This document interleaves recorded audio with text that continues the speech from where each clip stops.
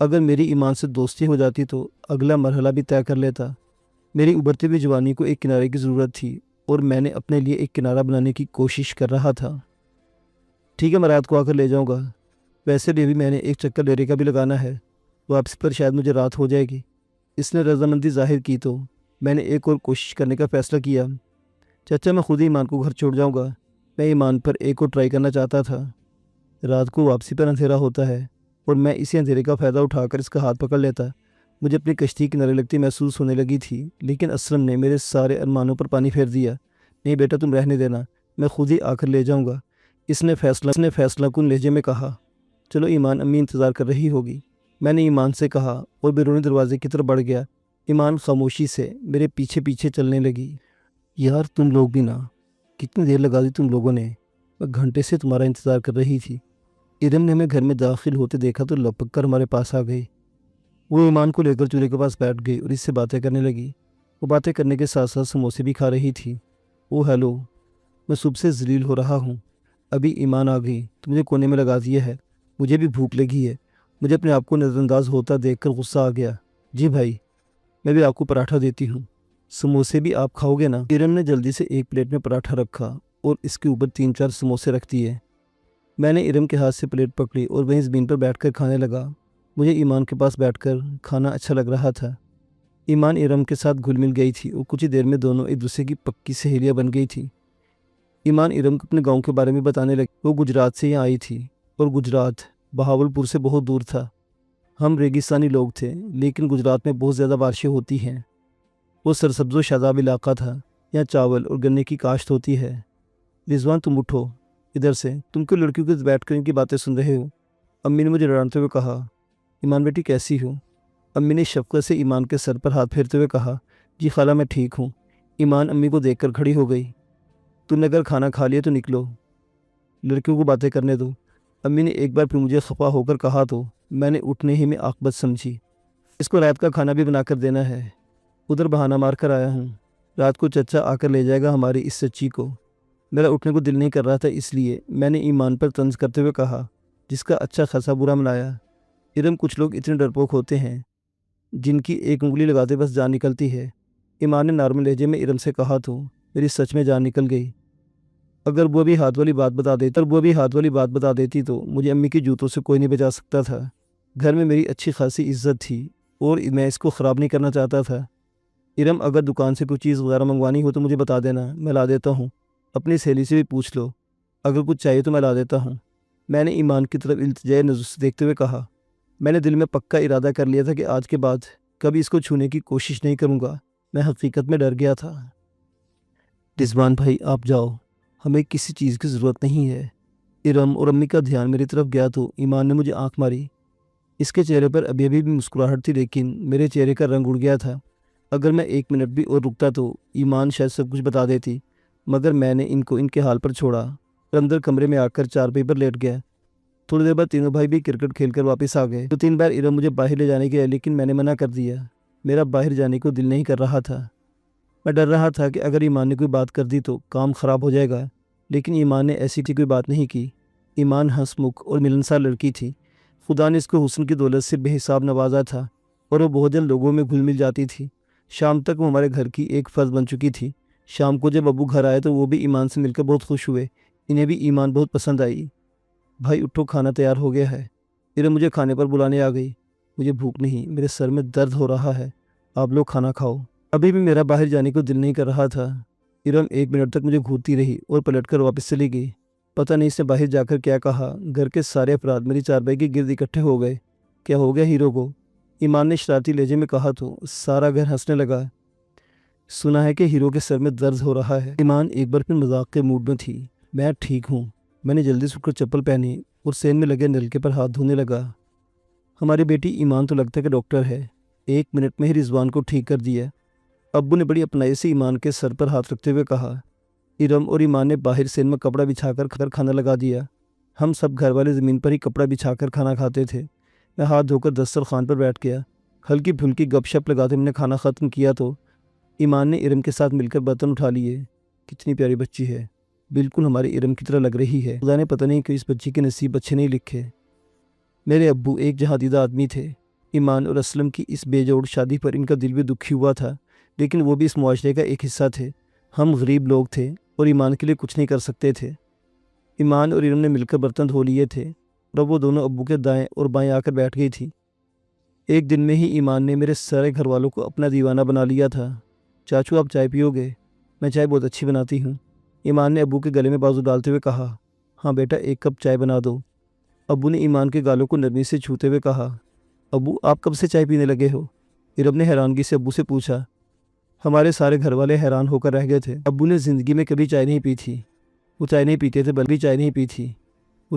تھے بلکہ وہ ہمیں بھی چائے پینے سے منع کرتے تھے۔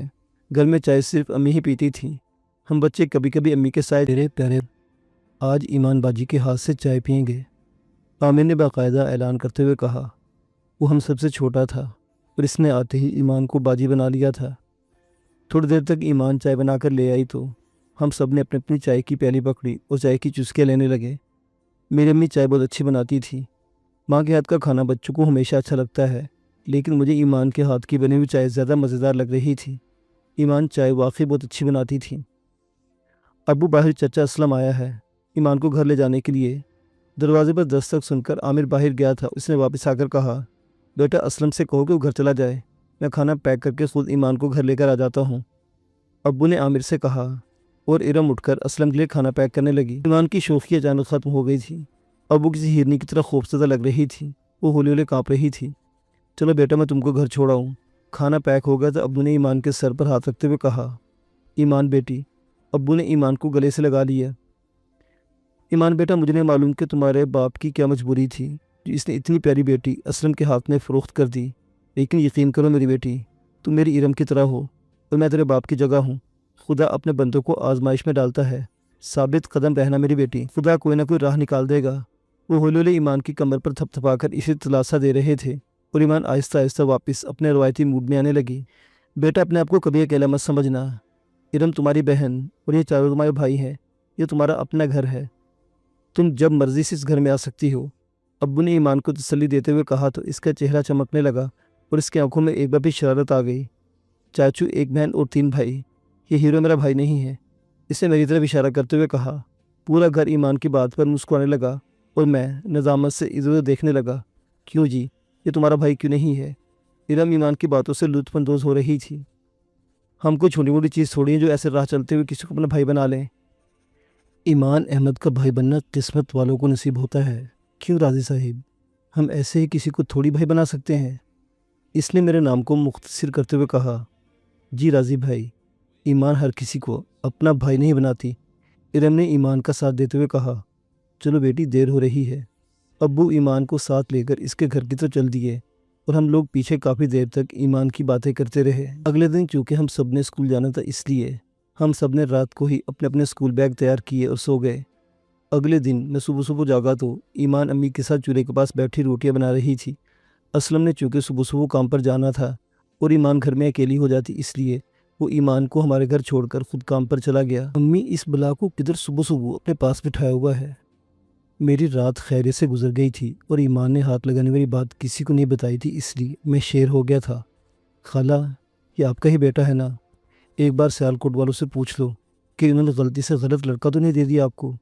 اس کی نہ تو شکل ملتی آپ لوگوں سے اور نہ ہی لہجہ، وہ میری امی سے مزاحیہ موڈ میں پوچھ رہی تھی۔ سیالکوٹ میں رہنے کی وجہ سے میرا لہجہ سیالکوٹی ہو گیا تھا اور وہاں کی اچھی آب و ہوا کی بدولت میرا رنگ دوسروں کی نسبت قدرے گورا تھا۔ بیٹا تم جلدی سے منہ ہاتھ دھو لو، ناشتہ تیار ہے، ناشتہ کرو، خیریت سے اسکول جاؤ، امی نے مجھے کہا تو میں منہ ہاتھ دھونے لگا۔ تھوڑی دیر تک ہم سب بھائیوں نے ناشتہ کر لیا اور ارم کو ساتھ لے کر اسکول چلے گئے۔ دوپہر کو 3 بجے ہم اسکول سے چھٹی کر کے گھر آ گئے۔ ایمان ابھی تک ہمارے گھر میں ہی تھی۔ امی نے ارم کے کپڑوں کا ایک جوڑا ایمان کو دے دیا تھا اور اس وقت ایمان ارم والا سوٹ ہی پہنے ہوئی تھی۔ ہائے امی، ایمان کتنی پیاری لگ رہی ہے۔ ارم نے ایمان کو دیکھا تو وہ بھاگ کر ایمان کے گلے لگ گئی۔ امی اس کی نظر اتار لو ورنہ ایمان کو نظر لگ جائے گی۔ ارم مسلسل ایمان کو دیکھے جا رہی تھی۔ مجھے اتنی جلدی نظر نہیں لگتی ارم، بے فکر رہو۔ ہاں سیالکوٹ سے تھوڑا سا بچا لینا، ان کی نظر بڑی بری ہوتی ہے، اس نے کنیکوں سے میری طرف دیکھتے ہوئے کہا۔ میں نے غصے سے اس کو گھورا اور اندر کمرے میں جا کر یونیفارم تبدیل کرنے لگا۔ دوپہر کا کھانا کھا کر بھائی تو کرکٹ کھیلنے چلے گئے اور امی بھی کھیتوں پر چلی گئی کیونکہ انہیں رات کے لیے سبزی توڑ کر لانا تھی۔ گھر میں ارم، ایمان اور ہم تینوں ہی رہ گئے۔ میں نے ایک بار پھر ایمان سے بات کرنے کا فیصلہ کر لیا۔ ارم مسلسل ایمان کے ساتھ چمٹی ہوئی تھی اور مجھے مسلسل غصہ آ رہا تھا۔ ان دونوں کو علیحدہ کرنے کی کوئی ترکیب میری سمجھ میں نہیں آ رہی تھی۔ وہ دونوں برآمدے میں بیٹھی باتیں کر رہی تھی۔ میں کبھی برآمدے اور کبھی کمرے کے چکر لگا رہا تھا۔ بھائی کیا بات ہے؟ ادھر بیٹھ جاؤ ہمارے پاس۔ ارم کو میری بے چینی سمجھ نہیں آ رہی تھی۔ میں ان کے پاس بیٹھ گیا۔ کیا حال ہے راضی صاحب؟ ایمان نے میری آنکھوں میں آنکھیں ڈالتے ہوئے کہا۔ راضی، واو اچھا نام ہے۔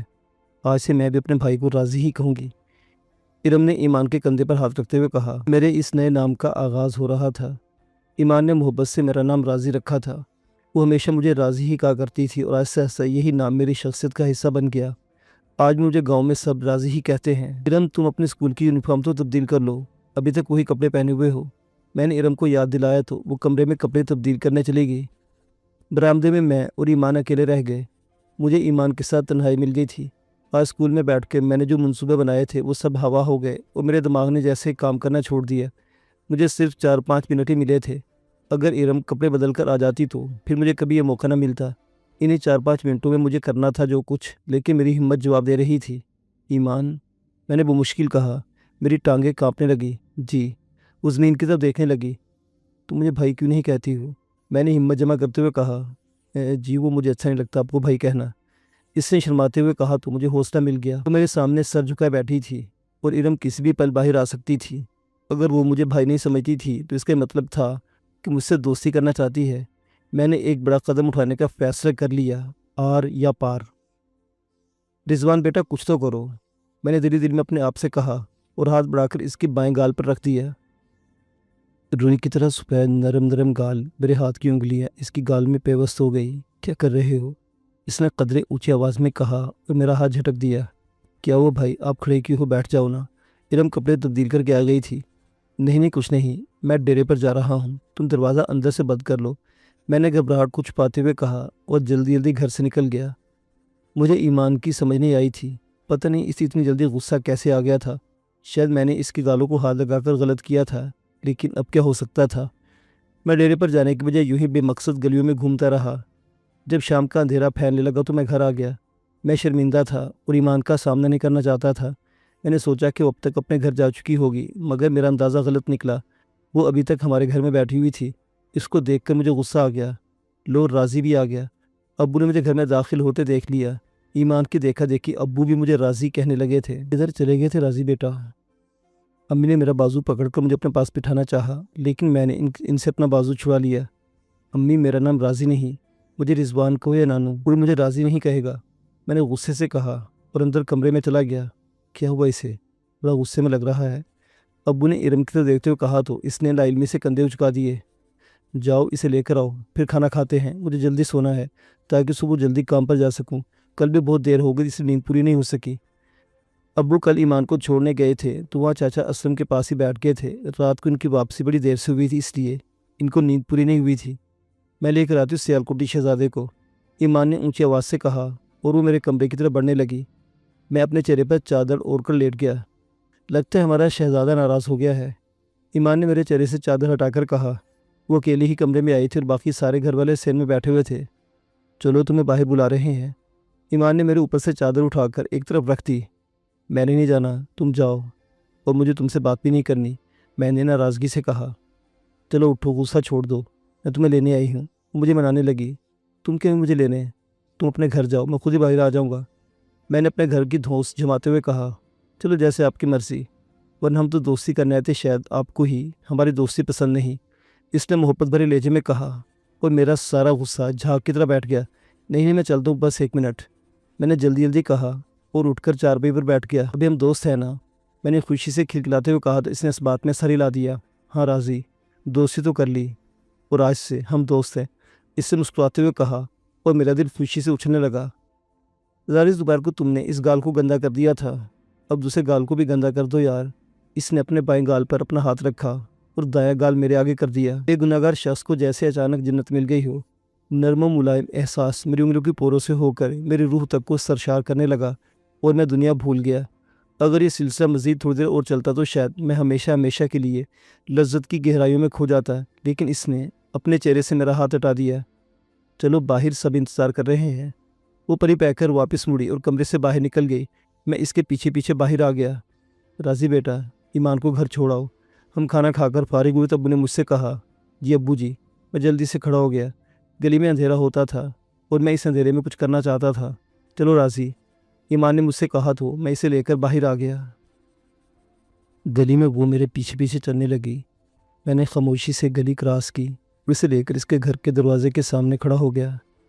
راضی، تم نے وہ کہانی سنی ہوئی ہے جس میں ایک شہزادی کو دیو اٹھا کر لے جاتا ہے اور پھر ایک شہزادہ 7 سمندر پار کر کے اس شہزادی کو بچانے کے لیے آ جاتا ہے۔ اس نے اپنے گھر کا دروازہ کھول لیا۔ کہ تم نے یہ کہانی سنی ہوئی ہے؟ میں نے ایک ہاتھ سے دروازے کو بند ہونے سے روکا۔ ہاں، میں نے یہ کہانی سنی ہوئی ہے۔ بچپن میں میری نانی یہ کہانی مجھے سنایا کرتی تھی۔ کیوں، کیا ہوا؟ میں نے اس سے سوال کیا۔ راضی، شاید تم بھی کسی دن اس گلی کو پار کر لو۔ ایمان نے میرا ہاتھ مضبوطی سے پکڑ لیا۔ شہزادی تو اس گلی کے پار بیٹھی ہوئی ہے راضی۔ اس نے آہستگی سے میرا ہاتھ چھوڑا اور گھر میں داخل ہو گئی۔ میں نے دروازہ چھوڑا تو وہ خود بخود بند ہو گیا۔ میں گلی میں اکیلا رہ گیا اور دیکھتے دیکھتے پوری گلی ایک بڑے سمندر میں تبدیل ہو گئی۔